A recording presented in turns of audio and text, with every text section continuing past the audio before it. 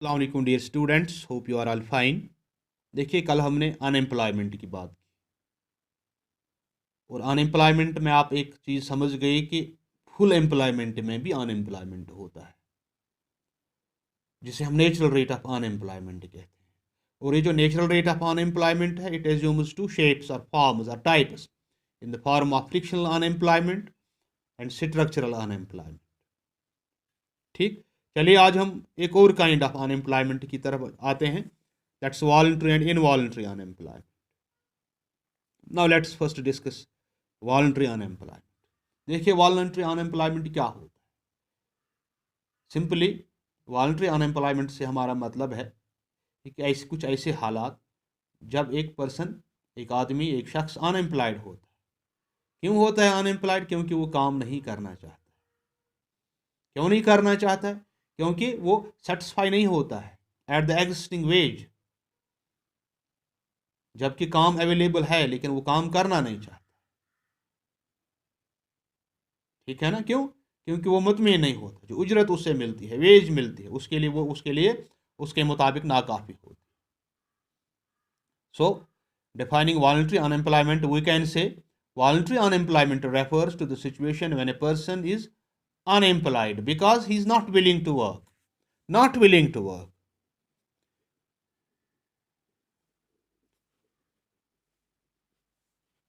क्यों नहीं करना चाहता है? He is not willing to work at the existing wage.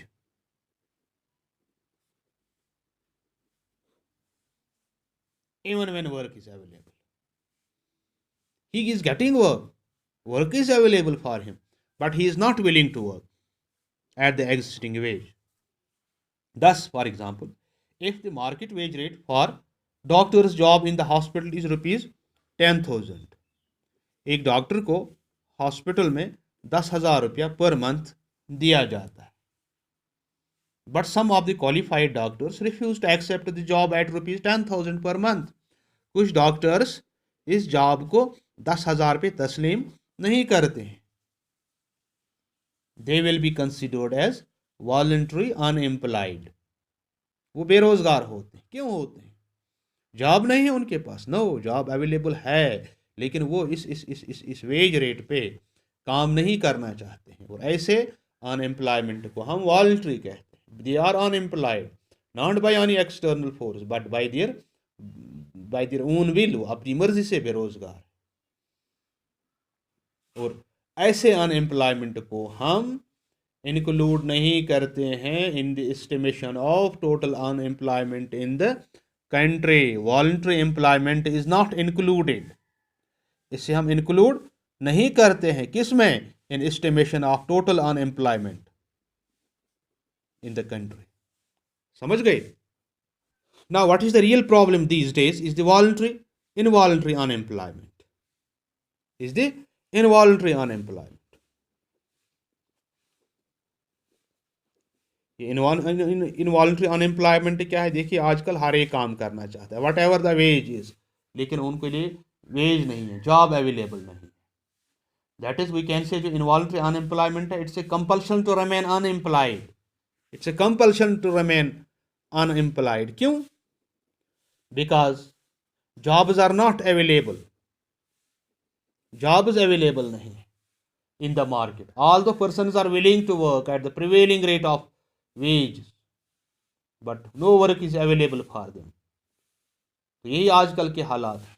देखिए, कहीं पे पोस्ट 10 निकलती है तो उसके लिए 10,000 कैंडिडेट्स होते हैं, एप्लीकेंट्स होते हैं। इसका मतलब ये 10,000 लोग काम करना चाहते हैं लेकिन काम उनके लिए नहीं है, उनके लिए जॉब नहीं है। They want to work at the wage, whatever the wage is, but they do not get it. They are forced to remain unemployed. So, in simple words, we can say involuntary unemployment is a situation in which people are able to work and willing to work at the existing rate of wage but do not get work. काम नहीं मिल करना चाहते, नहीं मिलता।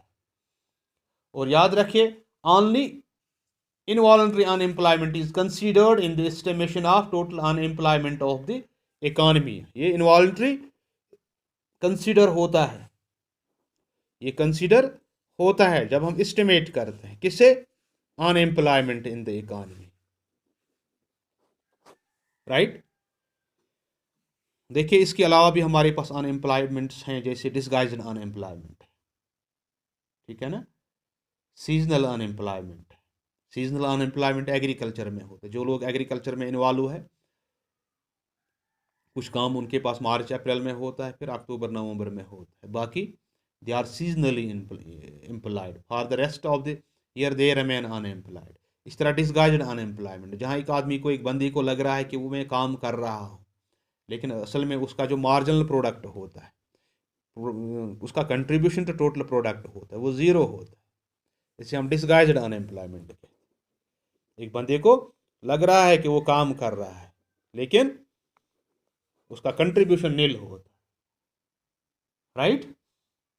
तो ये कुछ चीज़ें थी रिगार्डिंग द अनएम्प्लॉयमेंट। तो इस तरह से जो एग्रीगेट डिमांड और एग्रीगेट सप्लाई के रिलेटेड कंसेप्ट ये हमने डिस्कस कर लिए, और in the next chapter we will go to the estimation of equilibrium level of income and employment, जो एक इम्पॉर्टेंट चैप्टर है आपके सिलेबस में। तो इंशाल्लाह बी रेडी। लेकिन उससे पहले ये आपके लिए ज़रूरी है, you have to go through your books and clear these concept जो आज तक हमने एग्रीगेट डिमांड और एग्रीगेट सप्लाई और इसके रिलेटेड कंसेप्ट डिस्कस किए, इनको आपने अच्छी तरह से समझना है, नहीं तो आगे आप समझ नहीं सकते। तो इसके लिए ज़रूरी है आपके लिए गो थ्रू योर बुक्स, और मेरे साथ रब्ता कीजिए। कहीं पे भी अगर कोई प्रॉब्लम हो, I will try to make the problem easy for you, ठीक है ना।